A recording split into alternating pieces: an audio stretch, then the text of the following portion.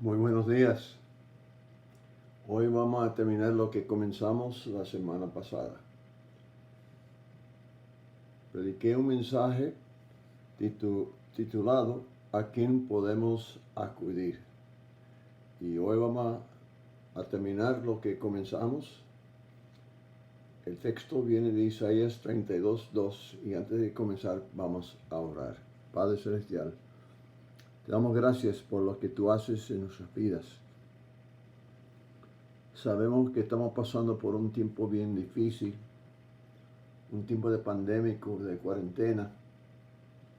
Y más, Señor, estamos pasando por un tiempo de inquietud, de preocupaciones, tanto económicos como de salud, de problemas, dificultades escolares. ¿Para dónde va esta vida tan rara en este tiempo? Y te pido, Señor, que podamos aprender de tu palabra a dónde podamos y a dónde podemos acudir.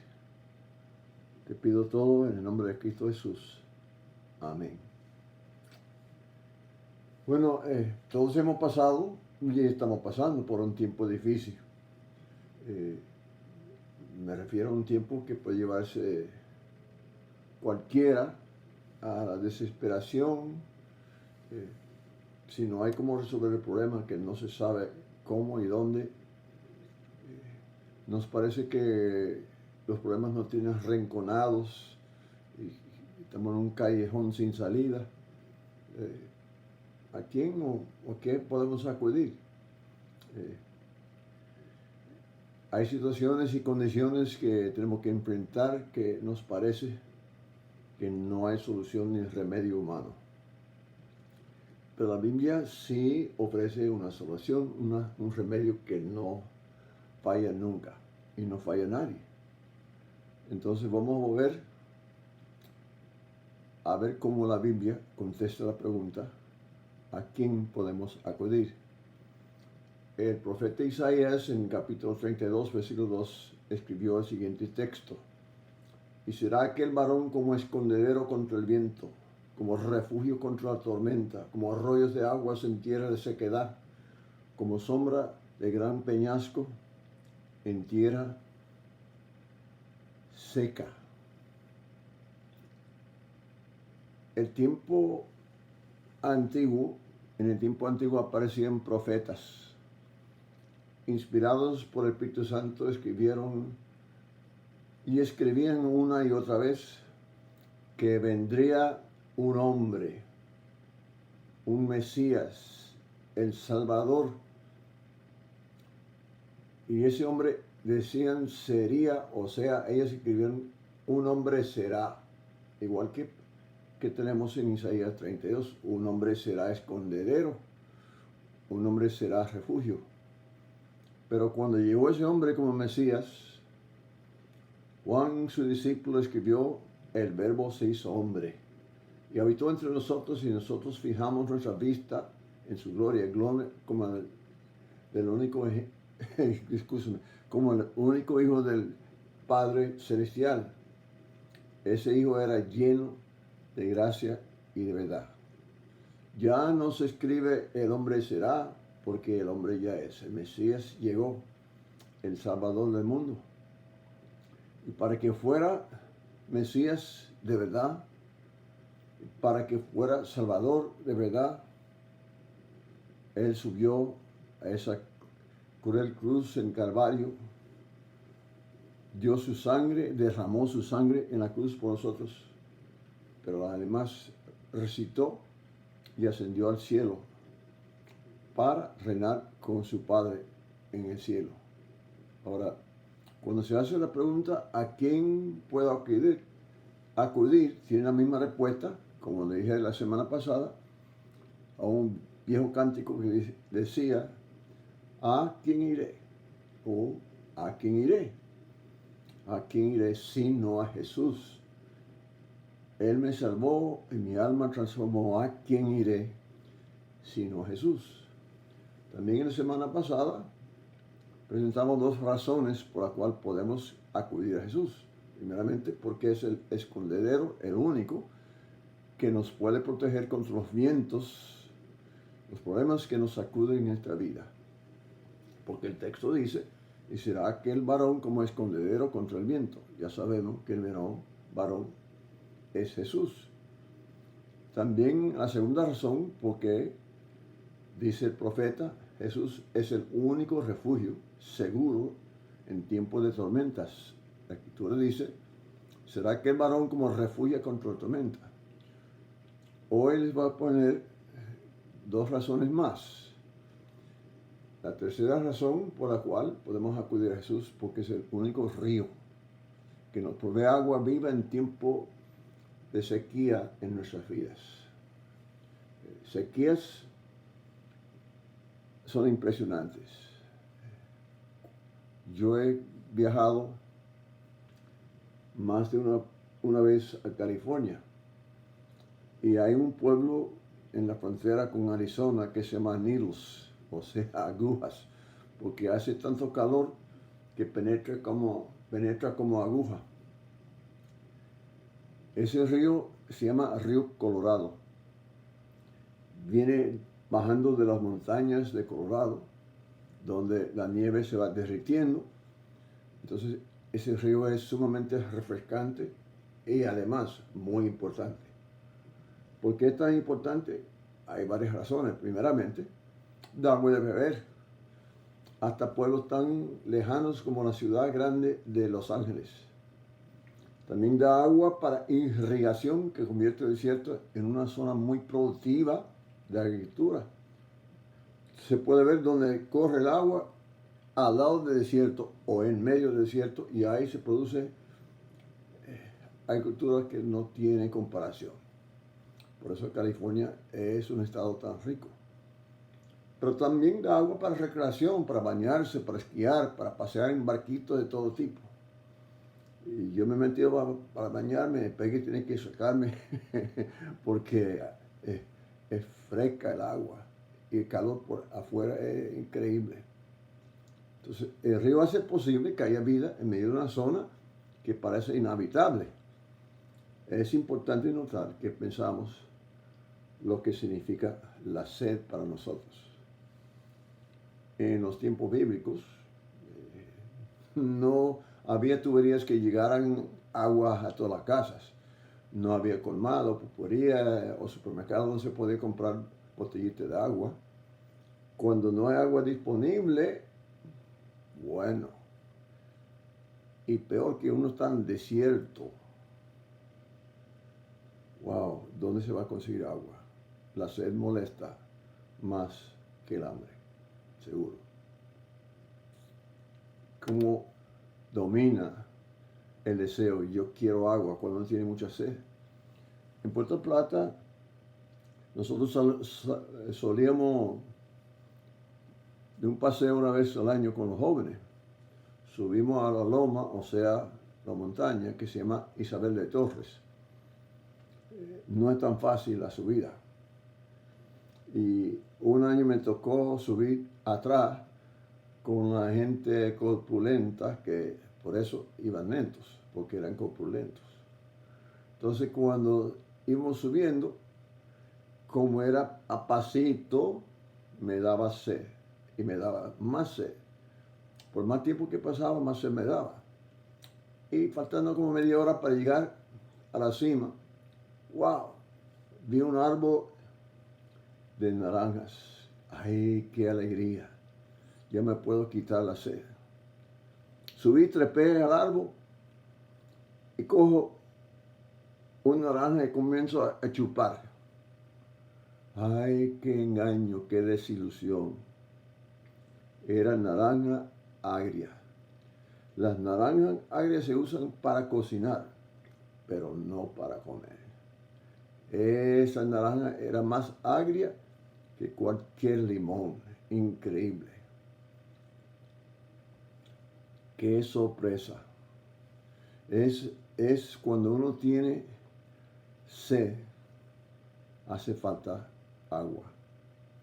La Biblia dice que toda persona, todo ser humano, tiene una sed espiritual. Y es una sed esencial a su vida.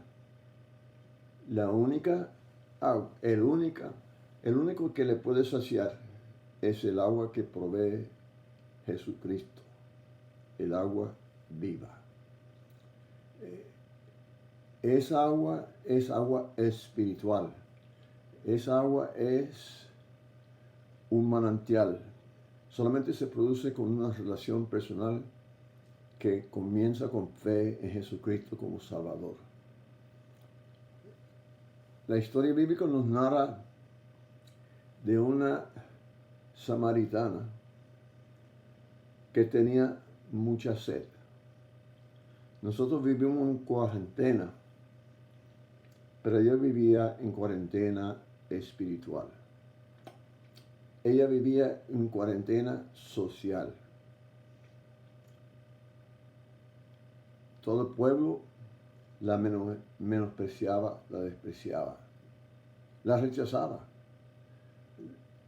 Las señoras salían tempranito en la mañana a buscar agua, ella tenía que esperar a mediodía, porque era una persona tan rechazada que no se sentía bien con la demás gente de su pueblo. Ella tenía una sed social, emocional y espiritual. Y cuando se topó con Jesús, ¿tú te imaginas? Jesús comenzó a hablarle, a conversar con ella. Se sorprendió mucho. Pero que tú hablas conmigo. Yo soy mujer y además yo soy samaritana y tú eres judío. Jesús le pidió agua. Se sorprendió de nuevo porque estaba pidiendo un favor a una samaritana. Y llegando de pedirle agua, Jesús le ofreció agua, el agua viva. ¡Wow! Ella estaba en crisis.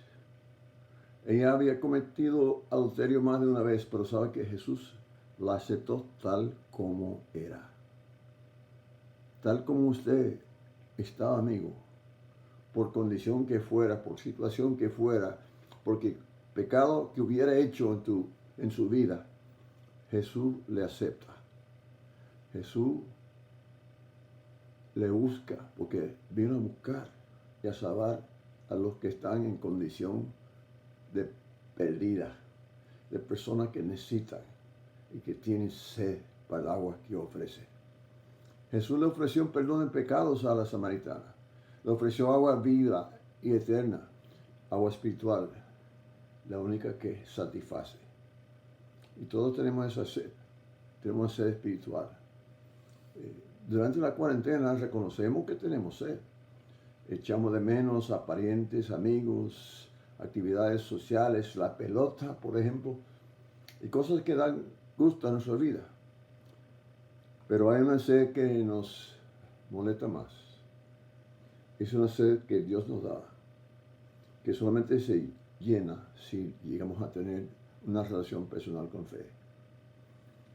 La Biblia dice que tenemos que pasar por 2 pasos para poder tener relación con Dios, la relación que llega a la salvación y una relación eterna con Él. Primeramente tenemos que arrepentirnos del pecado. Y el pecado más grande es decir que no necesitamos a Dios. Yo no necesito a Dios, yo soy buena gente. Yo no necesito a Dios. Pero la Biblia dice que todos hemos pecado y somos pecadores. Y por eso merecemos la muerte eterna. No tenemos agua viva.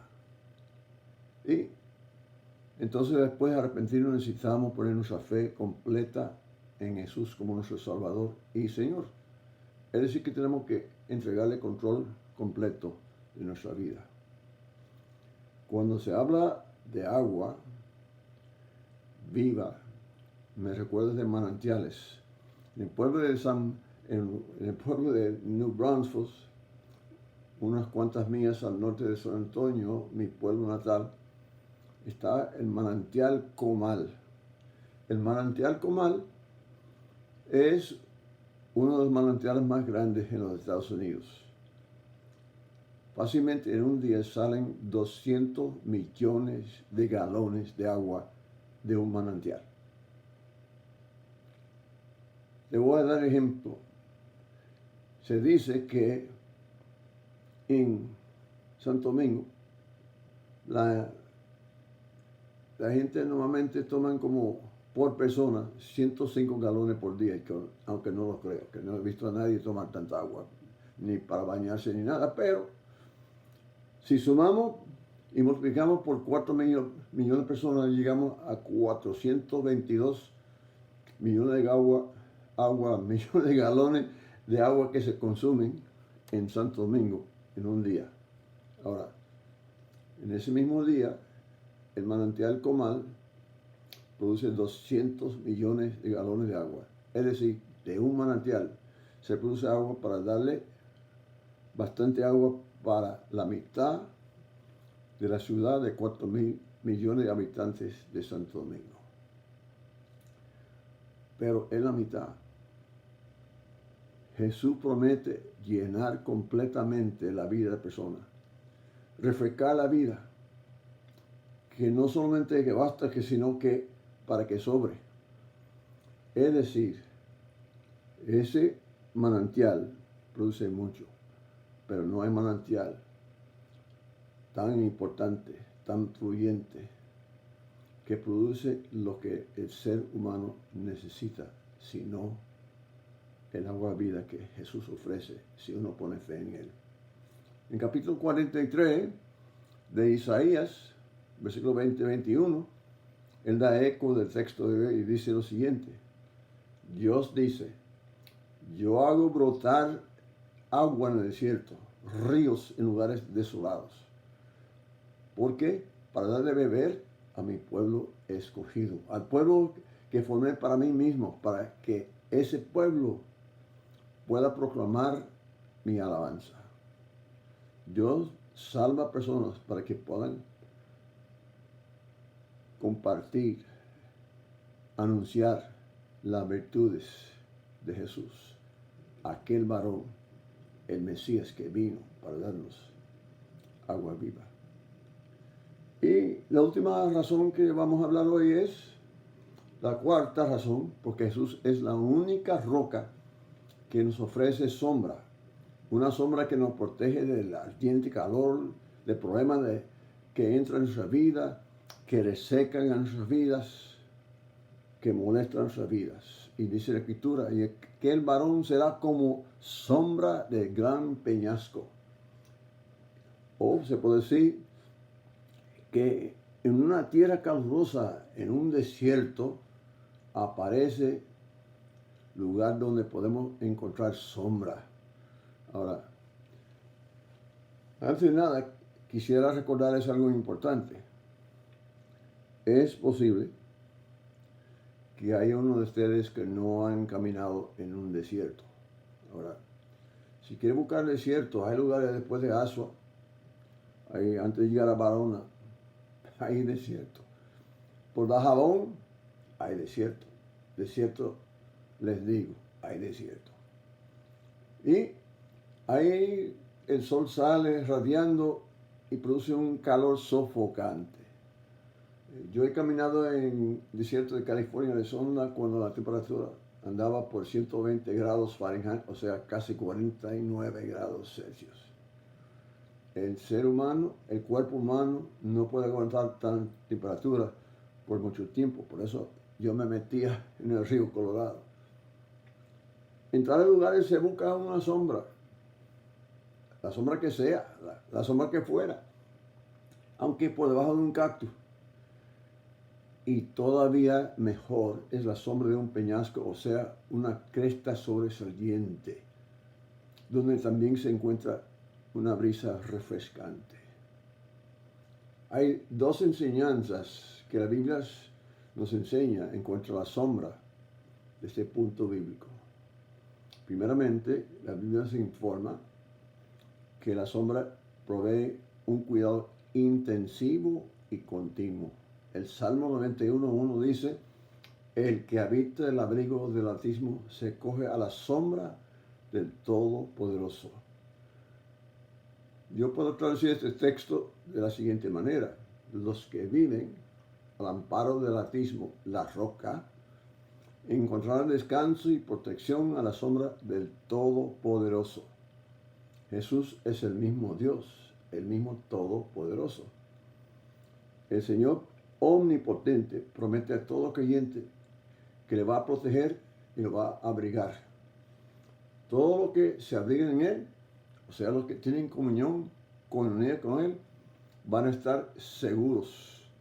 Su protección va a ser suficiente, no solamente para protegerle del calor del sol, sino de elementos negativos, hasta como ataques de enemigos que pueden impedir que sigan en su camino al cielo. Quisiera poner un ejemplo. Les pido que recuerden la historia de los israelitas.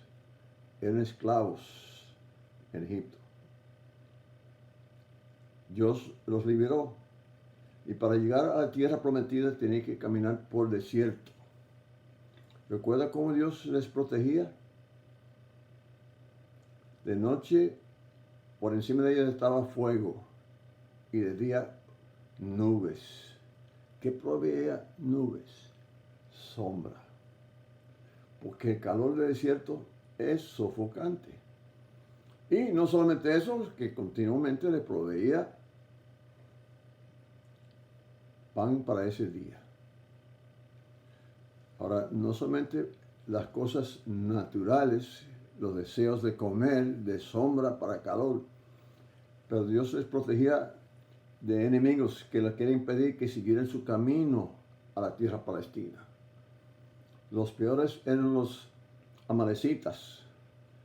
Y no eran pequeños males, sino eran malísimos, no amalecitas. Eran grandes, pero Dios les protegió.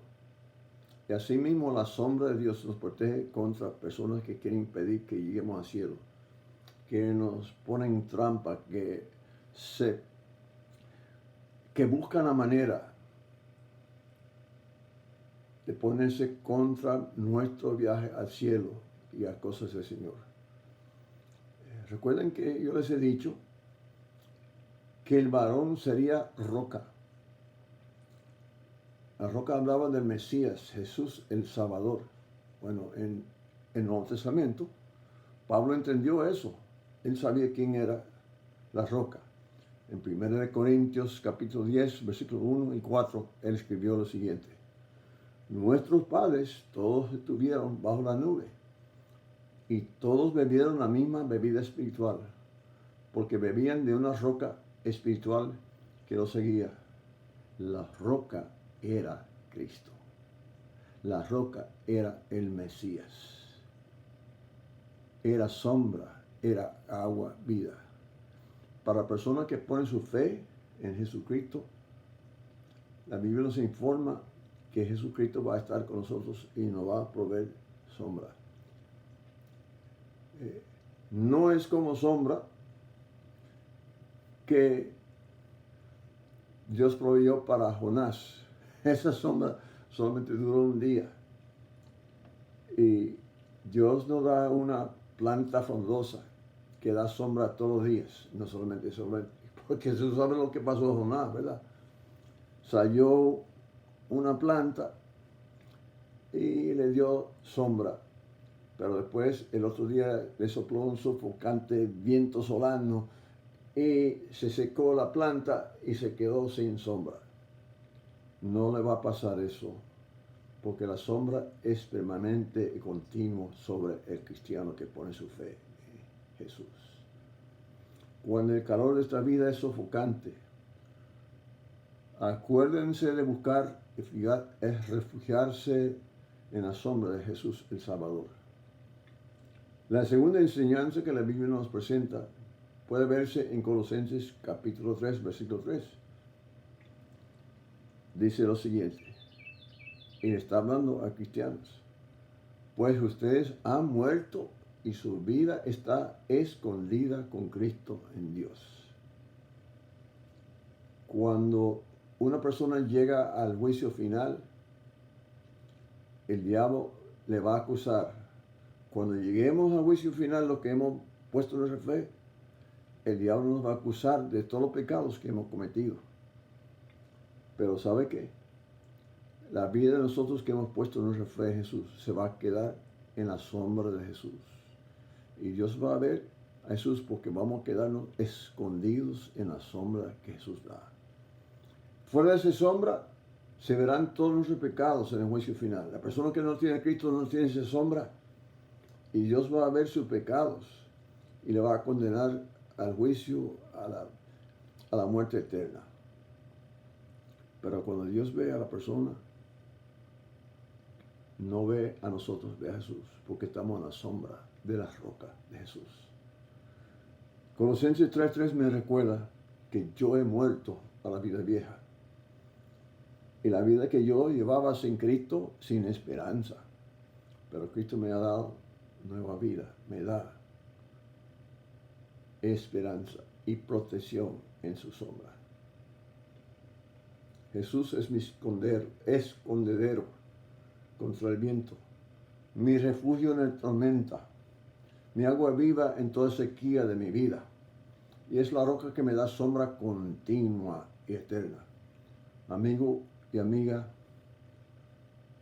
que no conoce a Cristo como Salvador, hoy le invito a acudir a Jesús, como es Él, el único escondedero, el refugio, el agua viva que necesita en su vida. Solo Cristo es la roca del único Dios altísimo. Solo Cristo le puede proveer la sombra que va a estar sobre usted para siempre. Jesucristo murió en la cruz del Calvario y resucitó entre los muertos para que usted pueda tener vida eterna. Ponga su fe en Él. Él no desilusiona a nadie.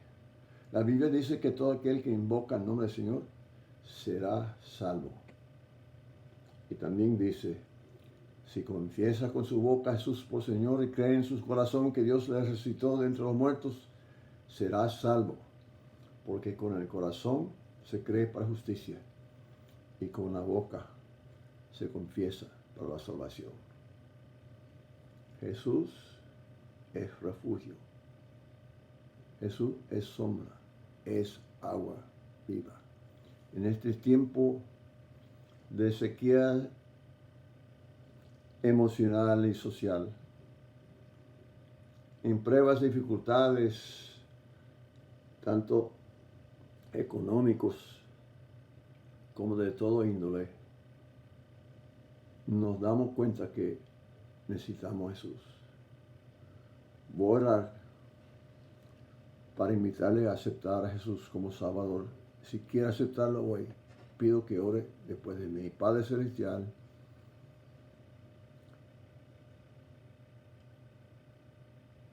admito que soy pecador.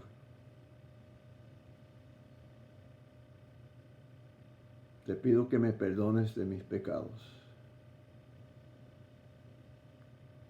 Creo en Jesús y ponga mi fe en Él. Te pido, Señor, que tomes control completo de mi vida. Gracias, Señor, porque sé que tú vas a ser mi refugio y mi roca y mi salvación hoy mismo. En el nombre de Cristo Jesús. Amén.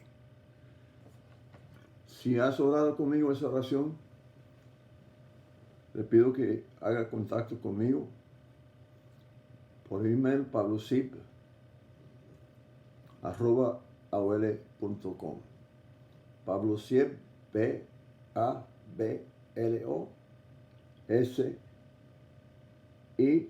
latina, E de eco, B de bravo, @aol.com. Por favor, que se comunique conmigo para que podamos enviarle información cómo seguir a Jesús y seguir su camino. Gracias a Dios por su mensaje de Isaías. Gracias por haber escuchado el mensaje de hoy. Amén.